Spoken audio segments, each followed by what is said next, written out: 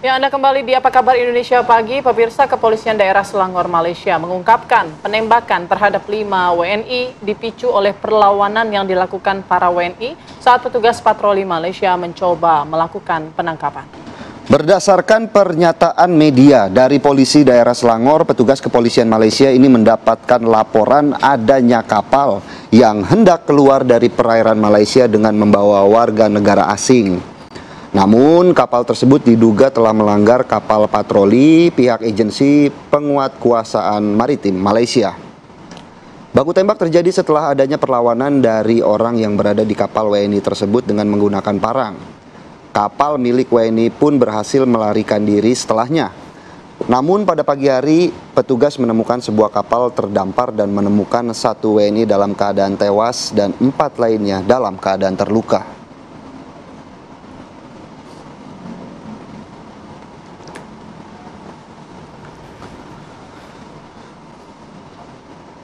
Ya pemirsa, untuk mengetahui bagaimana kondisi terkini di Malaysia, sudah ada rekan kami Zinedine Duhan yang akan mengabarkan langsung dari Selangor, Malaysia. Selamat pagi waktu Indonesia, Zinedine Duhan, bagaimana kondisi terkini, update informasi apa di sana, silakan. Ya, Pilih Putri dan juga pemirsa, memang informasi terkini yang kami dapatkan dari perwakilan dari pemerintah Indonesia yang berada di Malaysia itu dari KBRI Kuala Lumpur yang menyebutkan juga bahwa memastikan ini kondisi dari keempat korban penembakan oleh APMM Malaysia. Ini korban selamat berjumlah 4 orang. Ini saat ini sudah berada dalam kondisi yang stabil dan juga 1 orang dinyatakan tewas berinisial B pada kejadian yang terjadi pada hari Jumat lalu. Adapun juga memang upaya dari pemerintah sejak pasca kejadian ini sudah mengirimkan surat resmi kepada pemerintahan Malaysia untuk melakukan konselor kepada kekonsuleran kepada keempat korban selamat dan juga sudah membuahkan hasil dan juga sudah mendapatkan jawaban dari kepolisian Malaysia, yang mana juga nanti diberikan kesempatan untuk menemui para korban nantinya pada hari Rabu di rumah sakit yang berada di Selangor, yaitu tepatnya ada di Rumah Sakit Serdang Selangor yang memang titiknya tidak jauh dari titik tempat saya mengabarkan ini. Adapun juga nantinya satu proses ini pemulangan jenazah dari korban yang dinyatakan tewas oleh tim kepolisian Malaysia nantinya juga akan diurus oleh KBRI Malaysia, termasuk juga proses pemulangan dan seluruh fasilitas pemulangan mulai dari Malaysia hingga nanti kembali ke daerah asal. Hingga saat ini memang dari awak media maupun dari pemerintah Indonesia sendiri masih belum mendapatkan statement kembali dari kepolisian Malaysia yang melakukan penyidikan terhadap kasus ini, dikarenakan juga memang dalam beberapa hari terakhir ini baik dari pemerintah Malaysia maupun dari kepolisian ini tidak terlalu banyak mengeluarkan statement. Begitupun juga dengan identitas dari para korban. Adapun ini informasi identitas ini yang kami dapatkan ini bukan berasal dari pemerintahan Malaysia namun berasal dari Indonesia, yaitu dari BP2MI Aceh, yang menyebutkan bahwa memang ada 2 warga Aceh yang menjadi korban bersama 4 warga lainnya WNI lainnya, yaitu ada atas nama Andri Ramadan dan Muhammad Hanafiah. Ini merupakan 2 warga Aceh. Untuk Andri Ramadan ini memang di infonya berada di Malaysia, namun belum diketahui ini dirawat di klinik mana dikarenakan lokasinya terpisah dari korban-korban lainnya. Untuk Muhammad Hanafiah sendiri ini saat ini dirawat di Rumah Sakit Serdang Selangor dan juga kemarin sempat mengontak sang istri dan menyebutkan bahwa memang dirinya sedang tidak baik-baik saja, lalu minta tolong kepada sang istri untuk melapor ke kepolisian Indonesia dan meminta untuk dibawa pulang. Namun ini juga tidak disetujui atau tidak dikabulkan oleh pemerintahan Malaysia dan juga kepolisian di Malaysia, dikarenakan juga proses perawatan dari Muhammad Hanafiah ini juga bukan hanya sebatas perawatan namun juga ada proses penyidikan yang sedang dilakukan oleh tim kepolisian dari Malaysia. Jadi sehingga hingga proses hukum atau proses penyidikan ini usai dilakukan, baru boleh untuk Hanafiah ini nantinya akan dipertimbangkan untuk dapat dikembalikan ke Indonesia. Kami akan terus memantau bagaimana nanti perkembangan dari para korban yang saat ini sedang dirawat di rumah sakit. Sekaligus juga kami akan memantau bagaimana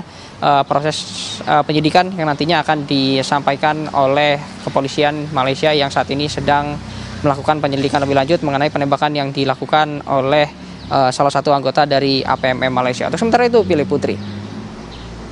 Baik, terima kasih. Zinedine Duhan mengabarkan langsung dari Selangor, Malaysia. Disampaikan ya untuk pengajuan konseleran ini sudah diterima. Rabu nanti pemerintah kita akan bisa menjenguk warga negara kita yang ada di sana. Oke, kita lanjutkan. Saya mau lanjutkan pertanyaan saya tadi Mbak Trisna.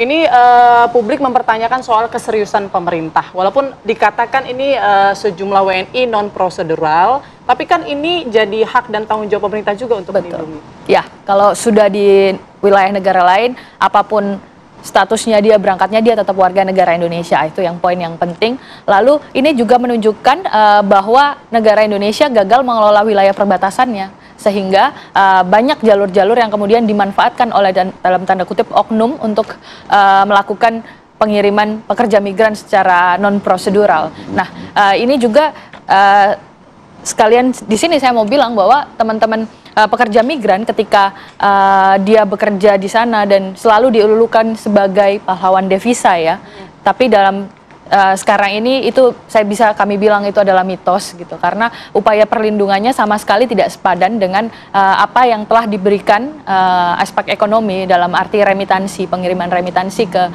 Indonesia itu sama sekali tidak seimbang dengan faktor perlindungannya. Sedangkan kalau PMI yang berangkat secara non prosedural, dia dicap sebagai ilegal sehingga tereksklud dari skema perlindungan. Nah, padahal keduanya sama-sama menyumbangkan remitansi bagi Indonesia. Itu yang menjadi poin. Nah, yang menarik akhirnya tadi Mbak Trisna juga menyebutkan bahwa di Malaysia ini sebenarnya banyak jalur-jalur tikus begitu ya, dalam arti jalur-jalur ilegal, yang salah satunya mungkin ini penembakan yang terjadi di Tanjung Ru, di mana memang kalau kita melihat dari Google Maps dan dari peta, kalau kita lihat ke arah utara itu adalah langsung mengarah ke arah Kepulauan Medan begitu ya Mbak. Nah, apakah memang ini jalur juga sering digunakan oleh para pekerja migran Indonesia yang kemudian dijadikan jalur exit begitu, jalur keluar untuk keluar dari wilayah Malaysia? Nah, saya rasa banyak jalur-jalur yang memang dipakai oleh beberapa oknum. Entah itu kalau teman-teman pekerja migran otomatis dia bisa patut kita duga dia merupakan korban perdagangan orang gitu.